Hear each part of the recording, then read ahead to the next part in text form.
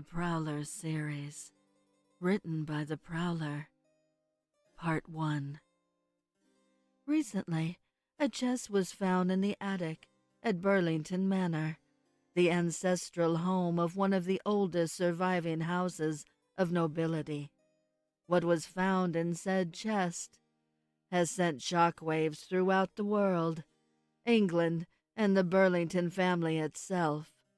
Inside, a journal was found, amongst other things belonging to a Lord Neville Burlington, and the contents of its entries will shed a light and reveal the identity of the West End prowler, and finally reveal the fate of the first famous serial killer of notoriety. These are some of its entries. The date is September 18th, 1888. The headline from the morning paper reads, "Grisly Murder." I stood on the sidewalk and read the story, fresh in hand to check if they got all the details correct. This is a momentous occasion for me. It is my first murder after all. Let's see here. Early this morning, a constable by the name of Richard Wilkins happened upon the lifeless body of a young woman who was unknown at the time, but thanks to my hard work and crafty reporting, I am able to report her identity as being a one Miss Belinda Caswell, 20 years old, and described as a woman of the night.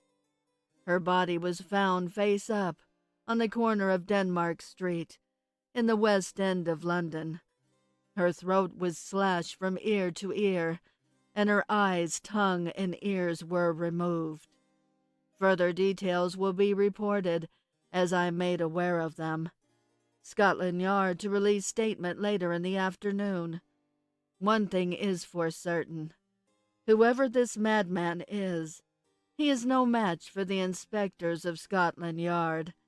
I'm sure I will be reporting his apprehension shortly. Till tomorrow, dear readers. A silent rage moved through my body as I stood on the cobblestone street, hands tightly gripping the paper. Madman, I thought. I'm no fucking madman. On the contrary, I'm quite sane. Who wrote this filth? Ah, Mr. Reginald Barker. Well, I think I might be paying you a visit shortly. I crumbled that printed filth into a ball and threw it to the ground. Wait till they get a load of me, I thought. I'm going to paint the streets of the West End red, soaked in the blood of the innocent. I will be the most feared terror that stalked these streets since the Black Plague.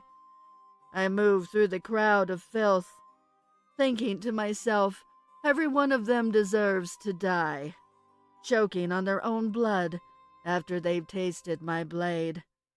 I spot a few potential victims as I shoved my way through the rabble, as I maneuvered myself towards my waiting carriage. Once in, I told James to make haste towards home, for I had another evening to prepare for. I ate dinner with the family, then secluded myself in my chambers until it was time to depart for the West End. I spent those next few hours updating this journal that will document my journey of carnage, and then preparing my kit: surgical knife, hatchet, chloroform, and a small hand pistol, just in case, were all snugly packed into my black bag. I retrieved my top hat and cloak and made my way down to the carriage, where I told James to drive me to the West End. Once there, I told James to sit there and wait with the carriage while I got out and walked. As I headed down Denmark Street again, I was interested to see if there would be an increased presence of constables patrolling the streets, and there was not. I laughed to myself, thinking even Scotland Yard doesn't give two shites about the common filth of the West End. And that hack of a reporter thinks they'll get the best of me. What rubbish. They're not even here. These are my streets to stalk freely. At first I thought the night to have been a waste. There wasn't a soul to be seen the first half hour I was out. Then a low fog started to move down the street. Just as it started to get thick, I spotted a couple walking down an alleyway. I quickly followed, blending into the thick, soupy fog. I watched for a few moments as the man pushed the woman up against the wall and started kissing her. I quickly sat my bag down and pulled out the large surgical knife. As the man began to suckle on the woman's neck, I jumped from the fog. Not uttering a word, I grabbed the man by the shoulder and spun him towards me. I sliced my blade across his groin, and he fell over writhing in pain. I then placed my hand around the woman's throat and sliced my blade across it. I collected my trophies and left them to bleed out. I clung to the shadows as the fog began to lift and made my way back to the carriage, where I then returned home without further incident. The next morning I eagerly went to fetch the early edition of the paper to read of my further exploits. The headline read, "Murderer Strikes Again." Real original headline, Reginald, I smugly thought. Let's see what he has to say this time. Another gruesome scene was happened upon in an alleyway on Denmark Street in the early hours this morning. This time a young couple, a Ralphie Johnson and a Mrs. Abigail Johnson, were found butchered by a street sweep at approximately 5 o'clock this morning. Mr. Johnson was found laying on his side, lying in a mass pool of blood, his privates reportedly being removed, causing him to bleed out, and slowly dying from loss of blood. Mrs. Johnson was found sitting up against the wall next to her husband, her head hanging to the side. Her throat had been sliced open, and eyes, tongue, and her ears were all removed, just as the previous victim. That's 3 victims now in 2 nights. I, for one, am appalled by this sick deviant. This madman must quickly be stopped. I will be pressuring Scotland Yard for information, and to bring this butcher to justice swiftly, as my readers demand it. Who is this man who stalks our streets and prowls our alleyways? Who is the mysterious West End prowler? Till tomorrow, dear readers. Oh, Reginald, you belittled me once again, but what a name, I thought to myself, as I made my way through the crowd. Later that afternoon I sat in my study and composed a letter to send to the paper. It was time to introduce myself to the world. The letter read, "I am the one who has brought fear to your streets. I live in the shadows. I move through your streets like a swift, deadly breeze, never to be seen. Try all you like, but I will never be caught, for I am the merchant of death, the bringer of pain. Welcome to a dawning of true terror, for I am the Prowler." I sat down the pen and prepared for tonight. I have an appointment with a certain newspaper writer. Reginald, tonight, you're mine. The Prowler, Part 2. I collected my bag, retrieved my top hat and cloak, and instructed James to fetch the carriage. It is now night 3 on my journey of carnage. I know I should ease up a bit and spread out my nightly excursions, but I must do away with this poor excuse of a writer. If I have to read one more disgusting line from this common trash, I think I might go mad.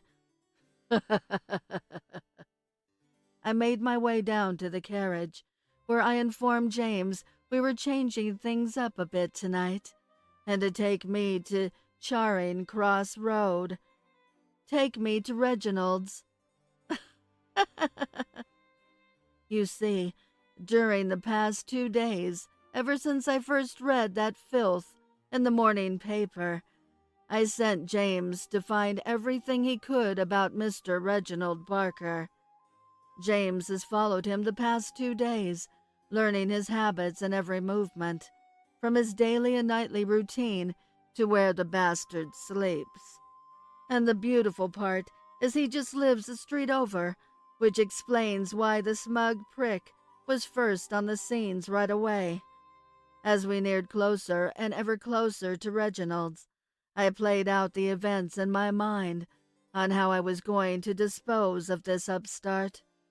And right as we arrived, I concluded slowly, very slowly. I instructed James to wait by the carriage, and I crept forth into the shadows towards Reginald's dwelling. As I got closer to his building's front steps, I noticed an elderly man lighting the street lamps. This just will not do, I thought. I quickly reached down and pulled out my surgical knife, and as the old man was shaking on top of his step stool, trying to stay balanced and light the street lamp, I lunged at him from the shadows. I quickly kicked the stool's legs out from under him, and his old body made an especially loud thud as he hit the ground. I hastily covered his mouth before he could scream out in pain, then sliced my blade across his wrinkled, saggy throat. He writhed in pain, bleeding from his angry wound, slowly dying under the unlit street lamp. I leapt back into the shadows, trying to compose myself and steady my breath. I stood there for a moment, everything dark, the street pitch black. What a perfect atmosphere to massacre Reginald, I thought.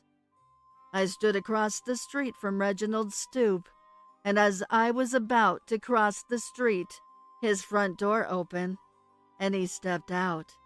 I was taken aback at first, but quickly realized how brilliant this was.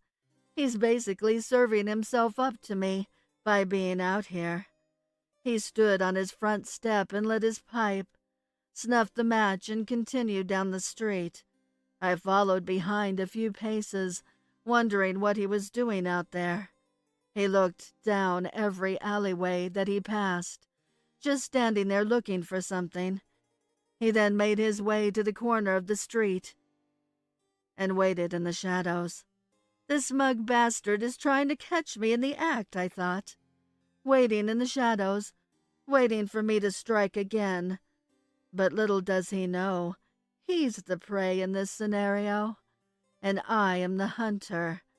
He's no match for the prowler. I made my way to him, hugging the walls, limiting my movements so not to be seen.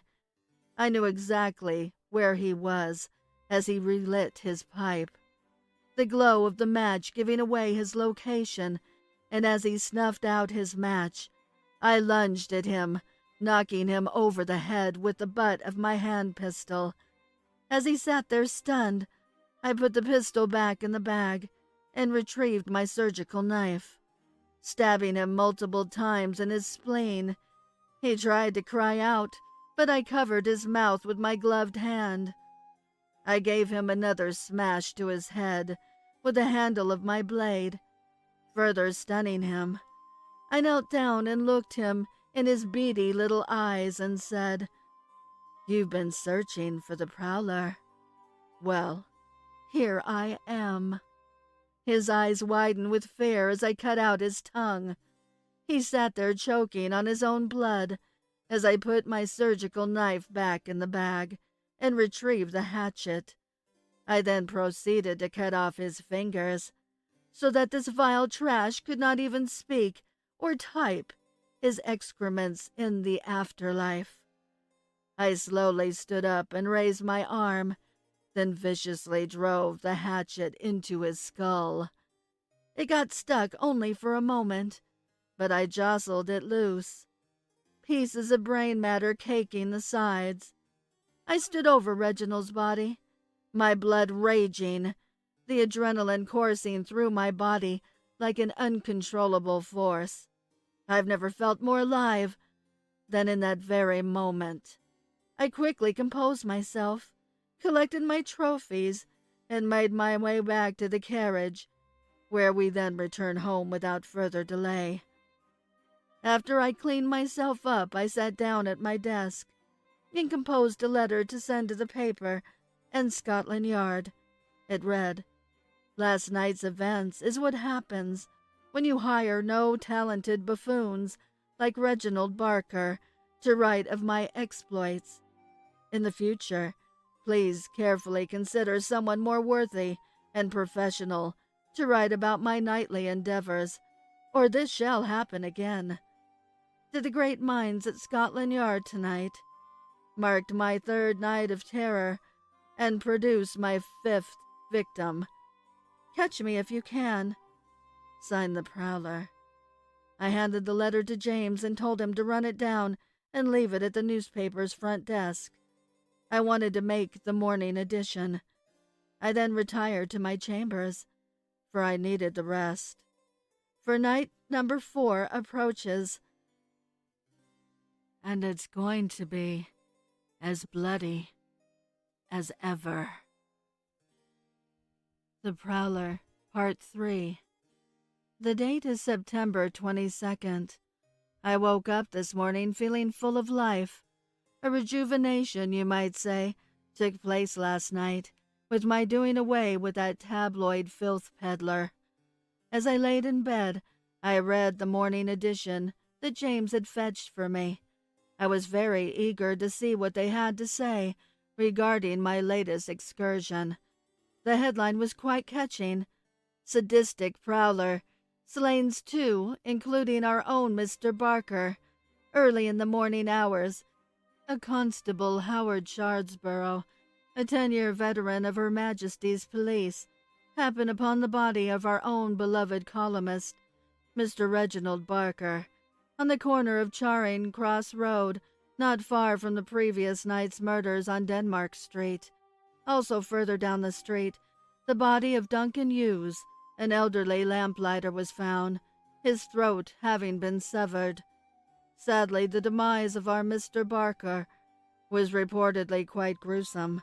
Besides multiple blows to the head, he also received multiple puncture wounds in the spleen area of the body, and his tongue and fingers were removed, supposedly trying to relay some sick message. On a personal note, I, and on behalf of my editors and all employees at the London Journal, would like to wholeheartedly express our deepest condolences to Reginald's family and friends. He was taken far too soon by some depraved lunatic for just doing his job. Reginald was an excellent investigative columnist, killed whilst performing his duties, trying to expose and bring a killer to justice. I, for one, am grateful for his service, and I only hope to be half as capable as he was. Funeral services will be held on Friday. Please check the societal section for further details. I will now take over the duties of covering the Prowler story from here on out, and I will stay diligent and at times hard-pressed when I feel it's warranted toward Scotland Yard and West End officials until the apprehension of this madman. Below, we are printing a letter we received this morning at our front desk, supposedly written by the Prowler himself. As you can see, he is taunting you, Scotland Yard. Please, I and the citizens of the West End beg you, bring this butcher to justice. The body count is rising. Until tomorrow, readers, please stay safe out there. Signed, Parker Johns. I'm trying to compose myself. It's too early to be this livid, but how can I not after reading such filth? Did these smug bastards not pay attention to my letter? Did I not make it absolutely clear I wanted someone professional writing of my exploits? How in the hell was any of what I just read from this Parker Johns professional? These smug pricks at the London Journal have a rude awakening in store for them. And as for this Parker Johns, you're not off to a very promising start. Keep writing pieces like this, and writer number 3 will be covering my exploits. Your days are numbered. I'm filled with such a rage at the moment I cannot shake. Some poor soul is going to pay for it tonight. I finish my morning cup of tea and my last remaining bites of my proper English breakfast that James prepared, then got dressed to start my day. I further spent the next hour secluded in my study, maintaining the instruments of death in my murder kit. The surgical knife needed quite the scrub after 3 nights' worth of carnage. I could feel the blade start to dull. Disposing of Mr. Barker took a little extra effort on my part. I would like to cut much smoother through my next victim. I don't have all night hacking away on someone after all. After that task was accomplished, it was time for me to fulfill my familial duties. I had multiple charitable events to attend, culminating in a luncheon with the ladies of Rushington House, a group of high society women that run shelters all across London. The day dragged, event after event. I felt myself slowly drifting into madness. I tried to sit back and survey my surroundings, trying to linger in the corner and potentially spot my next victim. But it never failed. Always, there was some keg-shaped trollop this, or countess that, trying to divert my killer's gaze. By the luncheon, my head was spinning. If I had to sit there and listen to any more mindless high societal drivel, I was going to vomit or reach over and strangle the next madam who spoke to me. If only they knew what I was thinking, as I sat there pretending to listen to them ramble on about the taste of their cucumber sandwich, or the temperature of their tea, or the size of their estate compared to the others. Just boring nonsense. If they only knew I was picking my next prey. I was the lion, and that room was the field, and they were the gazelle, unsuspecting and weak, and I found my prey. A couple of tasty morsels, a Lady Elizabeth Shackelford, daughter of Lord Arthur Shackelford, the shipping tycoon, and a Countess Julia Chasterley, wife of Count Woodward Chasterley. So there I sat, smiling and unassuming, just a proper gentleman from the outside, heir to the seat of one of the oldest, most powerful families in all the realm, fantasizing of my next kill on the inside. After sitting through a few more insufferable rounds of chit-chat, I decided to take my leave, and just as I was about to make my way out of said premises, I was tapped on the shoulder. Who dares to touch me? I thought, as a spark of rage burned through my body like an unstoppable wildfire. I quickly turned, and to my surprise, stood Lady Elizabeth Shackelford, one of the morsels I picked earlier to be my next victim. It can't be this easy, I devilishly thought. She had a sheepish smile across her face, and before I could utter a word, she was inviting me to one of her father's lavish parties that was taking place later on that evening. She proceeded to inform me the party would be costumed. I momentarily thought it was quite forward for a woman of her stature to be so forward in her pursuits, but I quickly brushed that thought aside and accepted her invitation. I said my farewells to the ladies and made my way to the carriage, where we proceeded straight to the manor. I had a costume party to prepare for, after all. I spent the time thinking as I was getting ready at how easy Elizabeth was making it for me. No stalking her movements, hoping to catch her out alone, which I'm sure would be next to impossible, or not having to find a way to break into her stately manor. and try and sneak past her servants and family. This is just too perfect. I'm in disguise. I can move in and out without anyone knowing who I am. I just slip in, give her a taste of my blade, procure a trophy, and be gone before someone says, "Bob's your uncle." I put on my black suit with matching black tie, grab my cloak and top hat, and my skeleton mask and black bag. Tonight, I bring death, so I shall go as death, the doctor of death, and I do make house calls. After about an hour's ride, James dropped me off in the carriage, which I told him to keep close by. I then made my way inside, handed the doorman my invitation, which thankfully didn't have our names engraved on them, and began to search for Elizabeth. I noticed her from a distance walking away from the refreshment table, with a glass of spirits in her hand, walking towards the balcony. Alone. I stayed back, stalking her from the crowd. She mingled with a few of her father's guests for just a moment, then made her way out onto the balcony. I followed, making my way to her, trying not to attract attention to myself. I gently closed the door behind me, and I walked up behind her, whispering in her ear.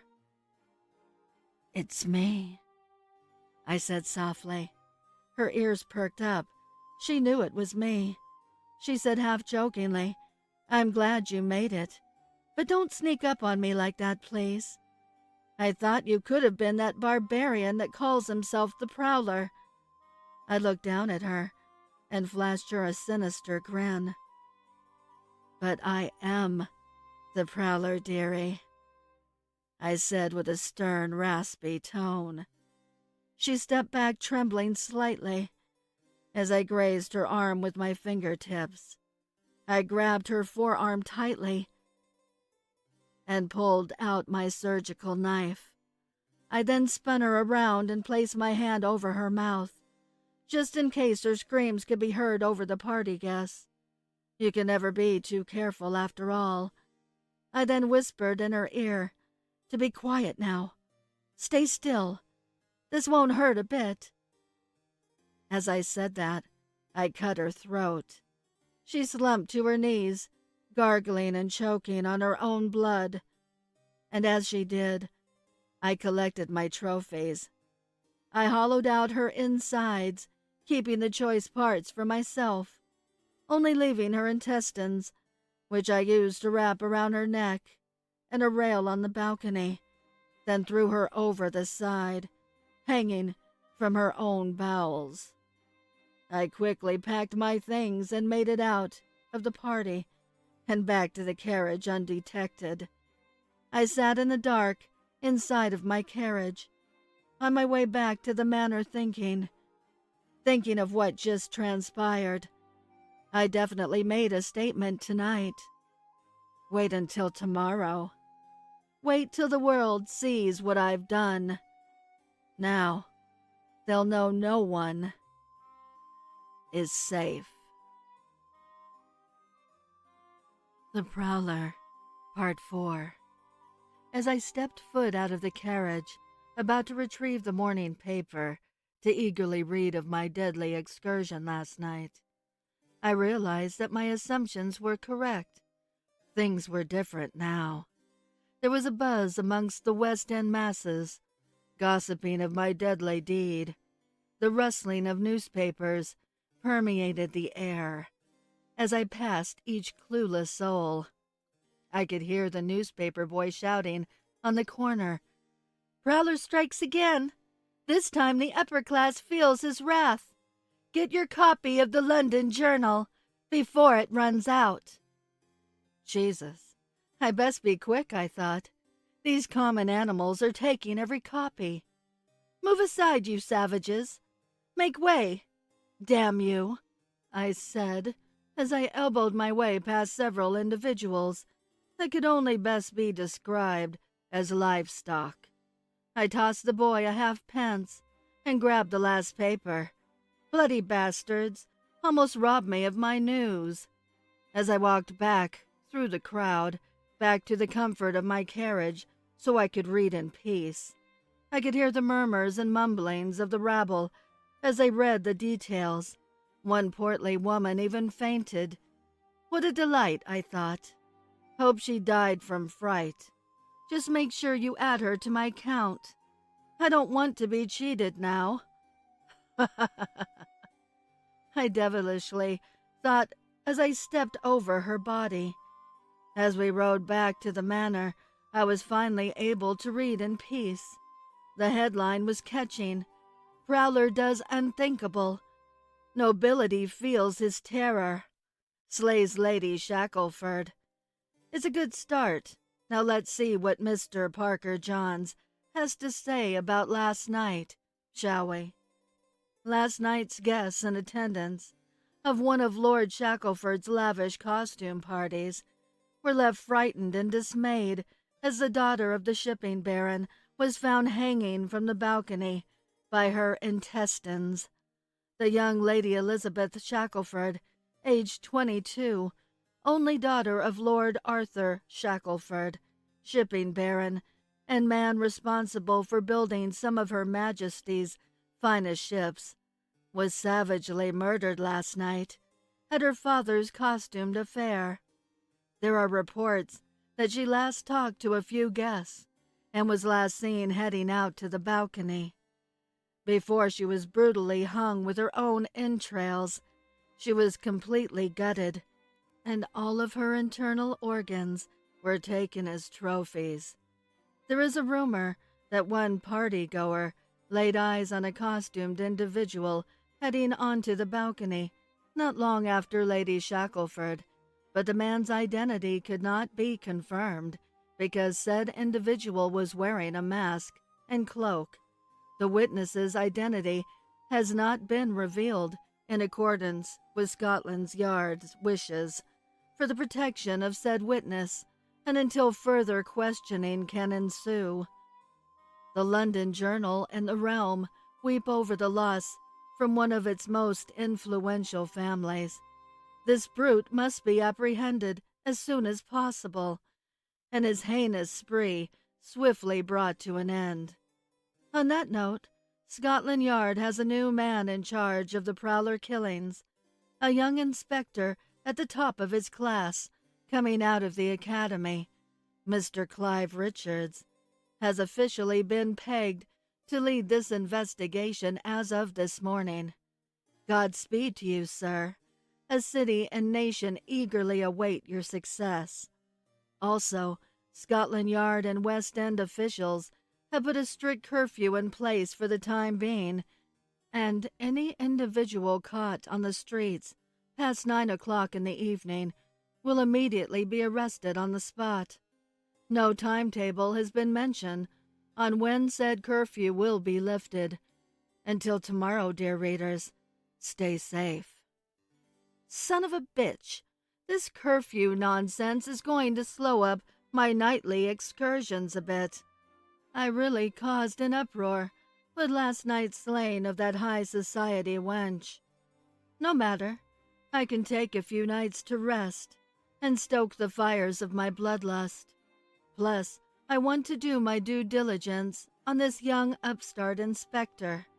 It's a tad bit infuriating to think that the upper echelon bastards of Scotland Yard think a young, unseasoned inspector can bring me down.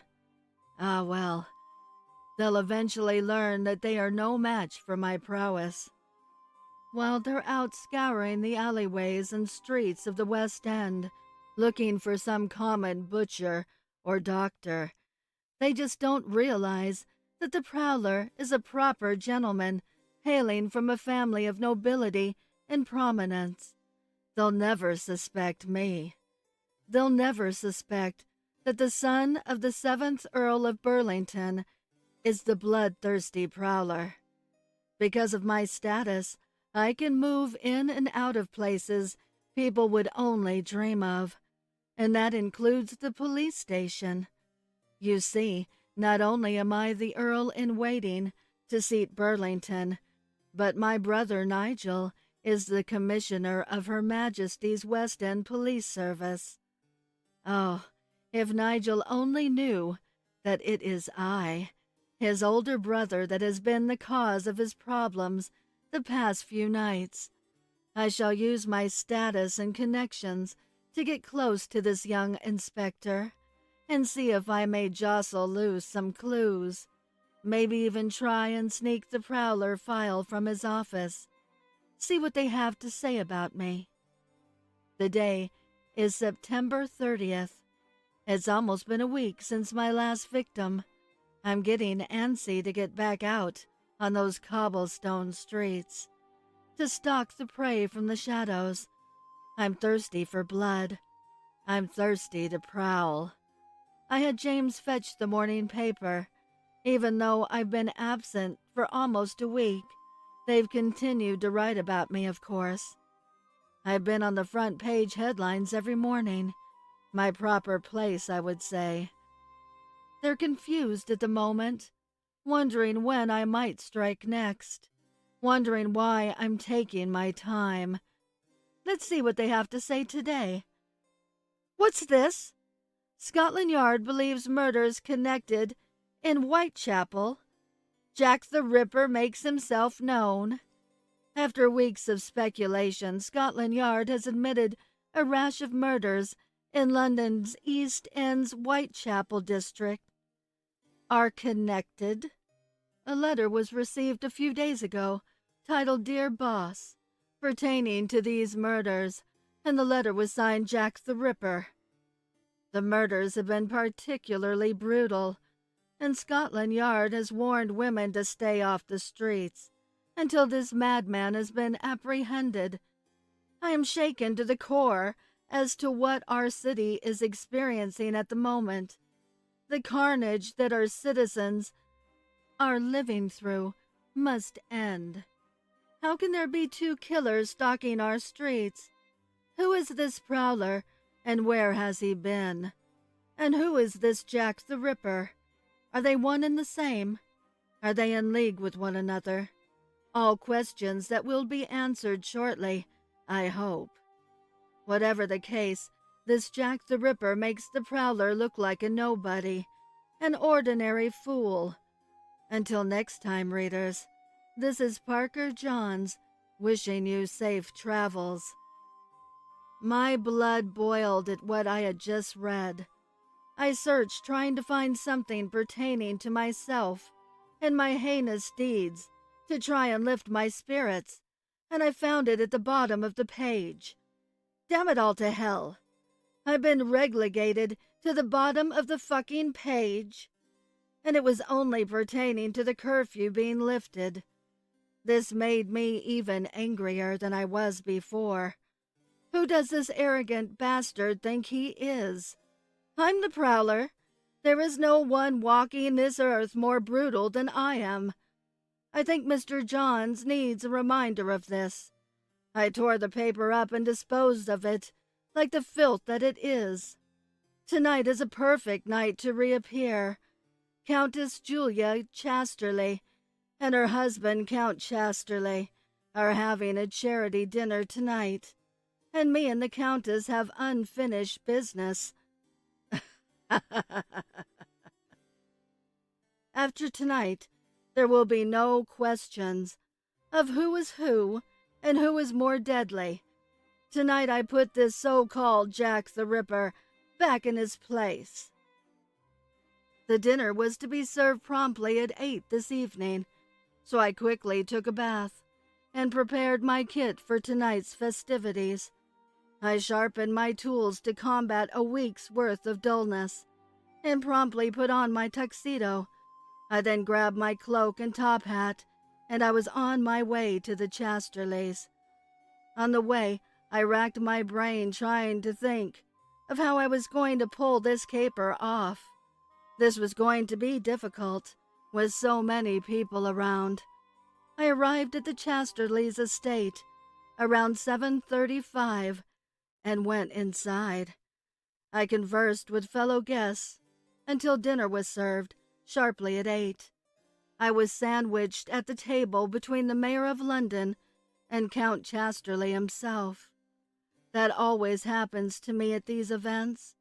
Everyone always wants to cozy up to the next Earl of Burlington.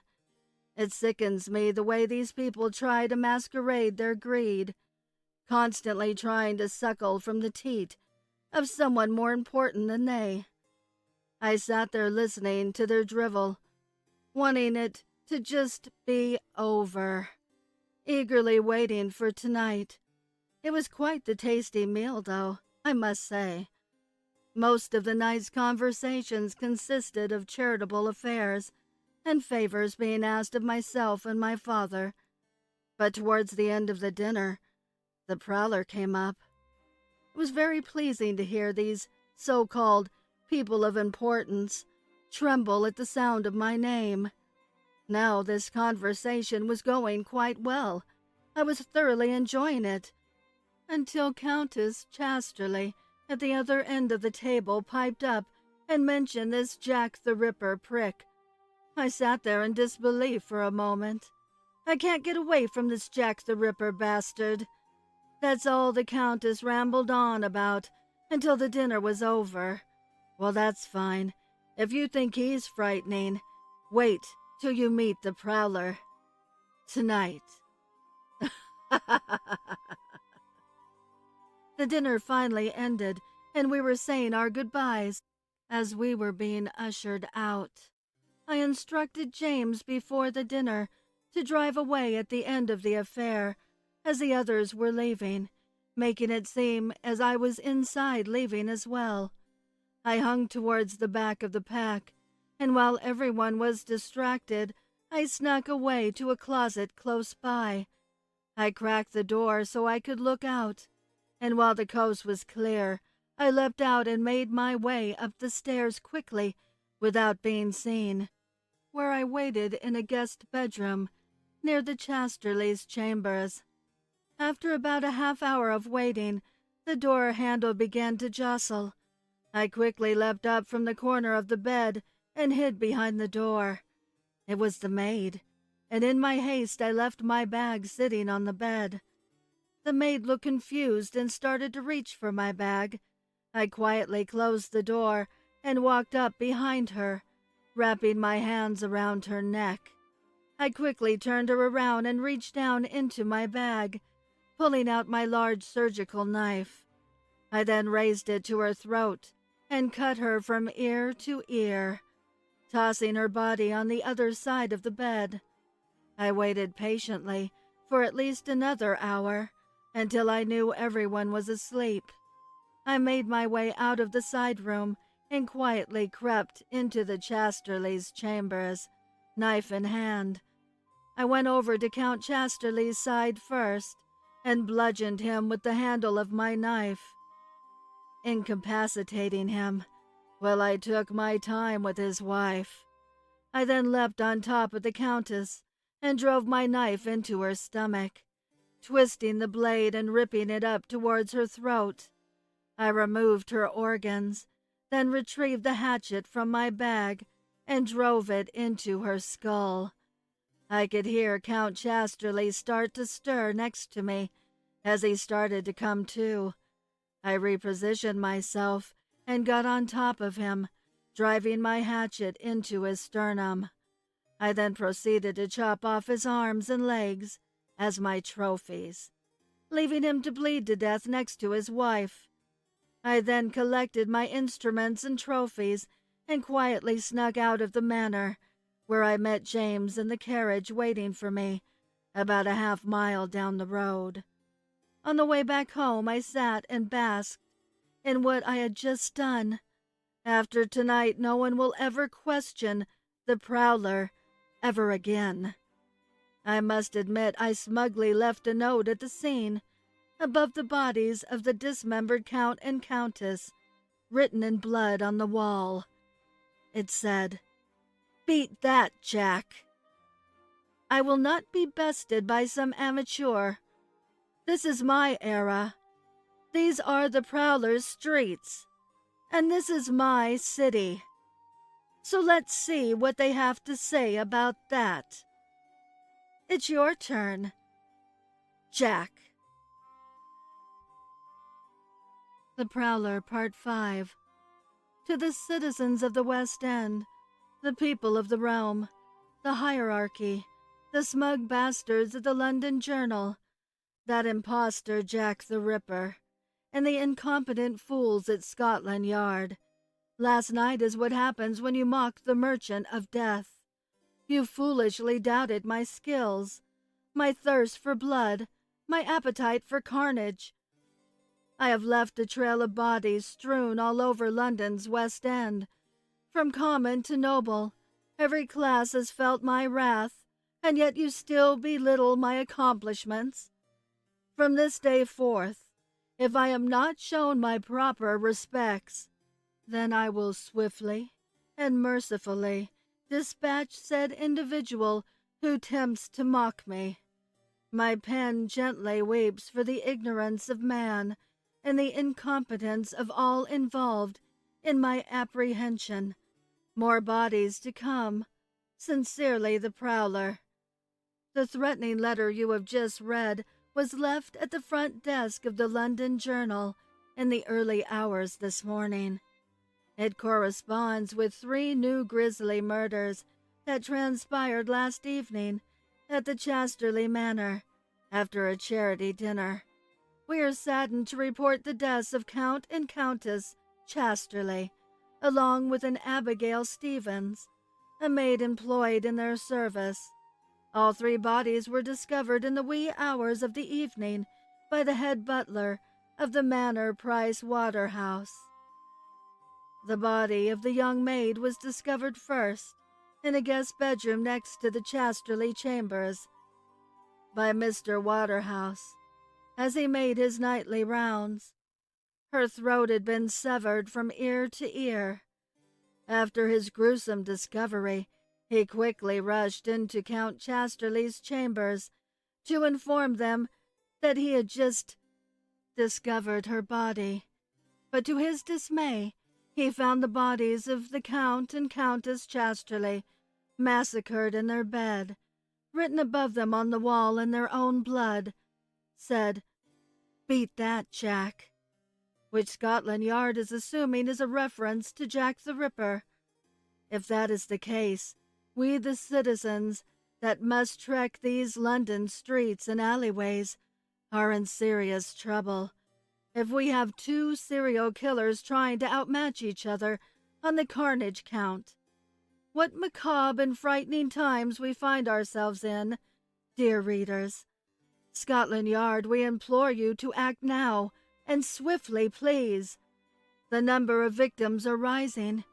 You must stop this now. Until next time, dear readers, stay safe out there. Ah, yes. Beautifully written for once, Mr. Johns. I am very, very pleased. It is quite the thrill to read one's exploits and know the fear that grips the city's streets is caused by me. Speaking of the streets, it is time that I return to said streets. The origin of my bloody journey has been far too long since I've felt the cobblestone beneath my feet. Tonight it's back to Denmark Street. I spent the day doing familial duties regarding charitable affairs, and then secluded myself in my study and maintained my tools. I gave the surgical knife and the hatchet a heavy scrubbing after last night's carnage. There were still chunks of the Chasterleys clung to my blade. We can't have that after all. After making my instruments nice and shiny again, it was dinner, and I made an appearance at the table before I snuck off later on in the night. I ate a scrumptious meal prepared by Bernard and spent time with the family before retiring to my chambers. I waited for the rest of the manor to retire for the evening, then made my way to the carriage that was waiting for me by the delivery entrance to the manor. As I got inside the carriage, I had a disturbing realization that one of our maids, A young innocent girl named Liza might have spotted me as I hastily made my way to the carriage. I could have sworn I saw her fading back into a room as I was bounding down the stairs. Oh well, I'll deal with that later. I haven't the time. But I might have to dispose of the family maid at a later point. But for now, I must concentrate. I must get my mind in the proper frame. The hunt is about to begin. James dropped me off near the corner of Denmark Street and waited for me on Charing Cross Road. I immediately noticed when I stepped out of the carriage, the visibility level was non-existent. It was thick as pea soup out tonight. Perfect for murder, but it might drive the people off the streets. I stood there for a moment. I was home. This was where it all began. I breathed the cool, foggy air, a combination of freshly strewn chamber pots and meat pies permeated my nostrils as I clung to the wall, making my way down Denmark Street. As I feared, the thick fog was keeping people off the streets. I'm going to have to work hard for my prey this evening, I thought. But as I turned the corner, I heard voices in the near distance. It sounded like a shop owner was closing for the night, and he was saying good night to a Constable Wilkins. I know that name from somewhere.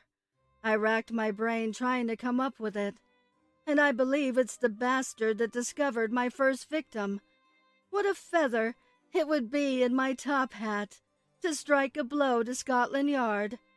I waited for the shop owner to leave, and I followed the constable. Thankfully, the fog was thick, and I stalked him from the shadows, because he stood there for a few moments, then turned around and began to walk towards me. I waited for him to approach me. I sat my bag down and retrieved my knife quickly and quietly.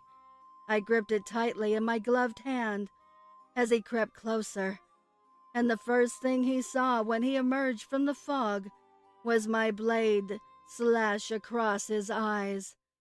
He fell to his knees and writhed in pain. I kneed him in his head, and he collapsed on his side, screaming out in pain, screaming out for help. I kicked him hard in the ribs, feeling a few of them shatter as I did so. I then quickly knelt down and dispatched this foul-smelling do-gooder by plunging my blade into the top of his skull. I cut out his eyes as my trophies and quickly made my way to James in the carriage. I could not help but to have a wide, mischievous grin plastered upon my face. But I continue to up the stakes.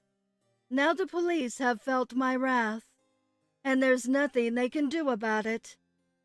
Now the protectors need protecting. The Prowler, Part 6.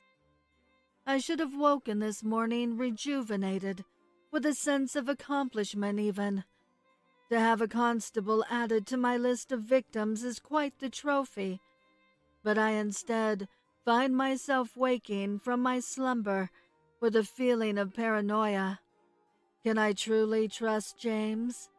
This thought has just entered my mind, polluting my thoughts with doubts and distrust. The man knows my every movements. He delivers my beautifully written letters to the paper. He's the chauffeur on this journey of macabre delights. But do I really know this man? James Buckholter came to us 20 years ago straight from Agatha Tremantle's Home for Wayward Boys, looking for employment. And after a few dirty errands, my father hired him on the spot. Hell, I've known this big son of a bitch since I was in the shortest of pants. I'm sure this is all in my head, but James is an alcoholic, and it seems he's been taking to the bottle a little more regularly as of late. A man is hard to trust while carrying such an impediment. I'll be keeping a close eye on my gentleman's gentleman from now on. I cleared those thoughts and decided to see what the paper and that filth peddler had to say about me today. Prowler returns to where it all began. Murders constable. Late last night the body of Constable Richard Wilkins was found at the north end of Denmark Street, lying face up, dead from a stab wound in the top of his skull, and his eyes were removed as the mad prowler's trophies. Last night it was quite foggy out, so there were no eyewitness accounts to report. There was, however, a shop owner who closed up his shop seemingly minutes before the constable's demise. The shop owner, whose name, by the way, is Mr. Gerald Hughes, said he had a pleasant conversation with Constable Wilkins as he was closing his shop. He said the constable was always a pleasant fellow and kind to the shop owners and the citizens he came across on Denmark Street, and that the constable was in high spirits last night as well when he left him. Mr. Hughes expressed his sorrow and what a shame it was that a protector of the community could be so savagely dispatched of, with no compassion or mercy. Mr. Hughes expressed his deepest condolences to the constable's family and informed me that this afternoon, up until his shop closes at 8 in the evening, he will be holding a benefit for the constable's young family, and that a portion of his sales will go to the constable's bereaved loved ones. So, stop by if you can to Mr. Hughes' pastry shop and support a good cause. We at the paper would also like to send our heartfelt condolences to the constable's grieving family as well. There's not much left to say. No words can change the situation. All we can do is to urgently implore Scotland Yard to catch this prowler. Sadly, the body count continues to rise. It's reached a staggering 10 souls, 10 poor unfortunates that are no longer walking this earth. And sadly, it doesn't look like it's going to end any time soon, until he is stopped, or until he mercifully stops it himself, which I doubt will happen. Until tomorrow, dear readers, please stay safe. I find it delightfully blissful, the pain that I have brought to the West End masses. Their pain has brought me much pleasure. That's a good thing, I believe. One should always take pride in their work and enjoy what they're doing. And I most definitely love what I'm doing. That's why it's hilarious to read if I mercifully stop. No, Mr. Johns, I will not stop. My appetite has become satiated with the death and carnage I've inflicted upon the people. I cannot stop it. Speaking of inflicting death and carnage, I believe I'll make an appearance at this benefit for the constable at the pastry shop. I don't like loose ends, and the shop owner still breathing feels like a personal affront to my work. I make it a point to have breakfast with the family, but I try to eat as quickly as possible, all while trying not to seem rude and impolite. But the conversation was boring me to no end. Just a bunch of drivel about the policeman's ball that my father and brother are throwing at the manor in a week's time.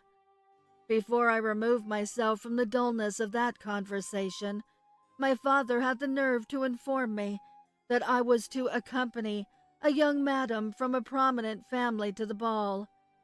Lady Brandy Lee Smith I was to escort, who comes from one of the most oldest and respected families in all of the realm. My father has been trying to set up a match between families for years. Now it looks like he might just get his chance. I then proceeded to have to listen to my father's ramblings about me being the future head of this family, the next in line to his lands and titles, and that it was finally time to settle down and start a family of my own. I didn't have time for this conversation at the moment, so I quickly agreed and told him I would escort Lady Smith to the ball, then excuse myself from the breakfast table. I did notice once again, though, the young maid Liza staring at me. I know she saw me last night. I have a feeling this is going to be quite the problem. I got dressed in my sporting best and met James out front in the carriage. We made our way to Denmark Street, and I was standing in front of Mr. Hughes's pastry shop by 12:30. I stood there looking dapper and very sharply dressed in my casuals, surrounded by these street urchins. I bowed my head and rubbed my temples. Why do I do this to myself, I thought. I really must stop putting myself in situations where I'm surrounded by these smelly savages. I made my way through the small crowd that had gathered outside the shop, some of them grazing on their pastries as if they were some cow out in the field. Hell, some even smelled like old cow as well. Hot fur, old curdled milk and pastry dough, singeing the nostrils as I reached the door to the shop. My word, these people have left me weak with that foul-smelling odor. But I quickly composed myself and opened the door, greeting the proprietor. He was quite shocked to see someone of my stature and upbringing gracing his establishment. If I had to guess, no one of my nobility has ever stepped foot in this common pastry shop. He was quite gracious and humbled that I attended the benefit, and pointed me in the direction to a table in the corner after I told him why I was there.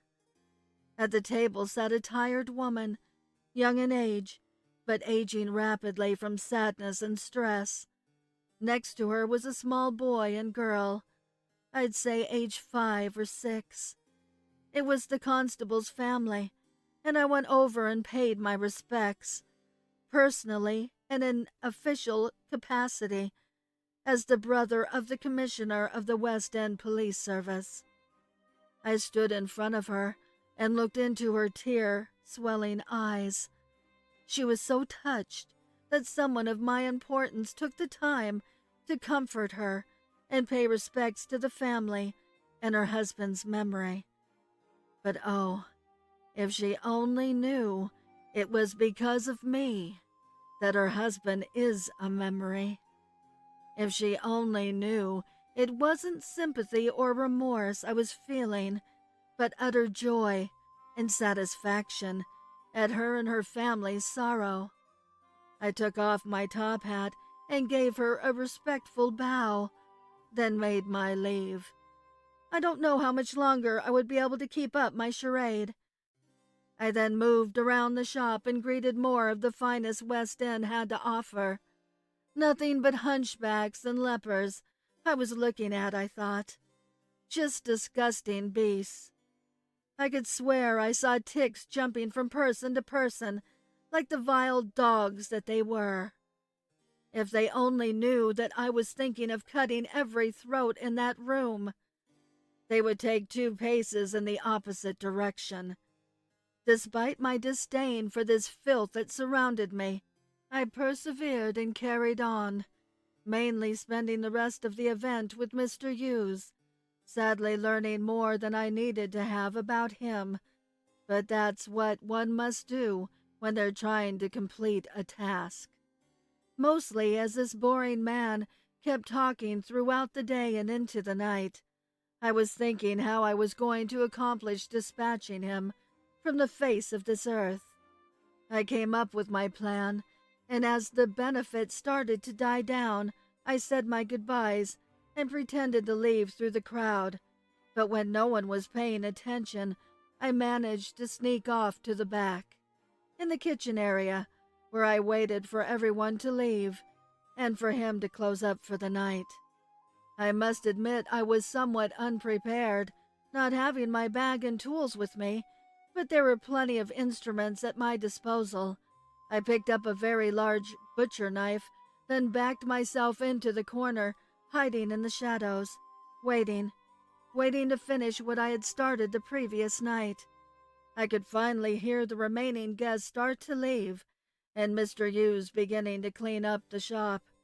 I then saw the back door to the kitchen slowly open.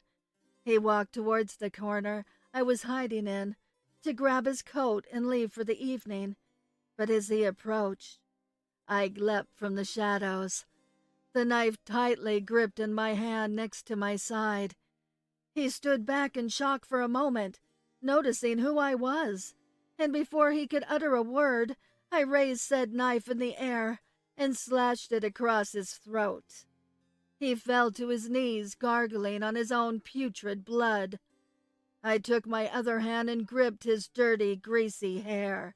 Then I proceeded to dig the butcher knife deeper and deeper into his throat, staring at him all the while, screaming at him, "No one gets away!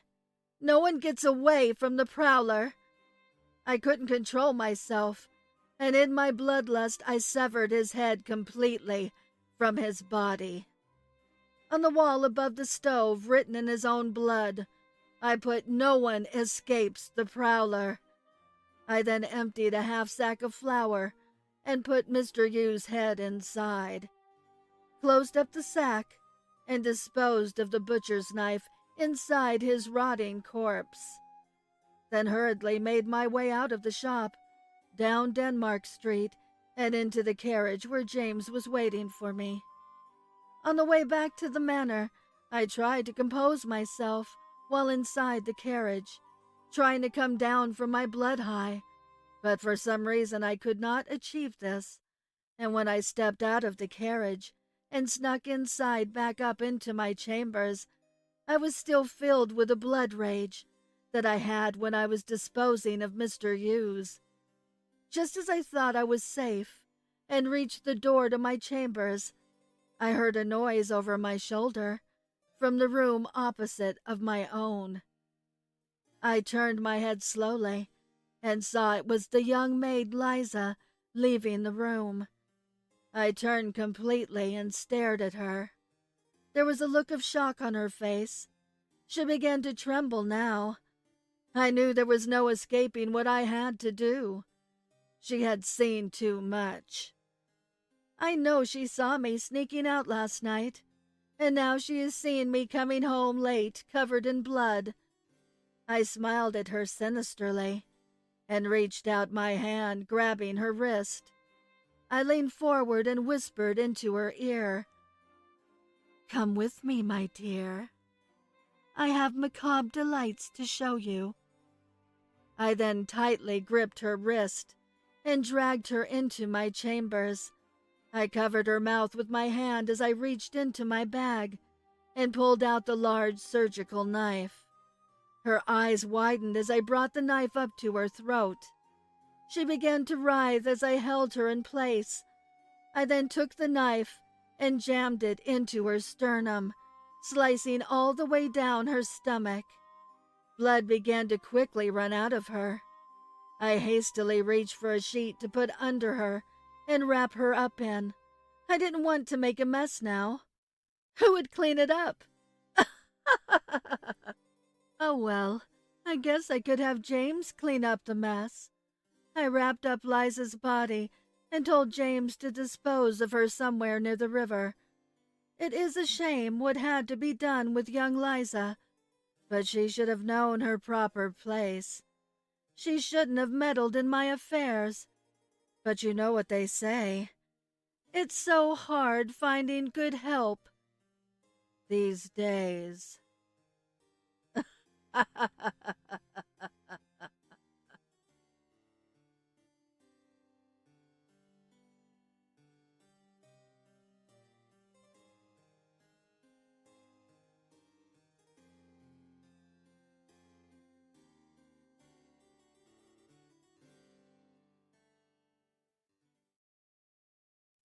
I would like to give a heartfelt thank you to the special friends of the channel for your overwhelming generosity. If you would like to support the channel, the link is below in the description. Also, please send me your stories and poems to duchessofdarkness27@gmail.com. You can also find me on Instagram at duchess.ofdarkness and Twitter at duchessofdarkn2. I want to thank all my listeners for your kindness, your encouragement, and your support. It means the world to me. Thank you for joining me. Until next time.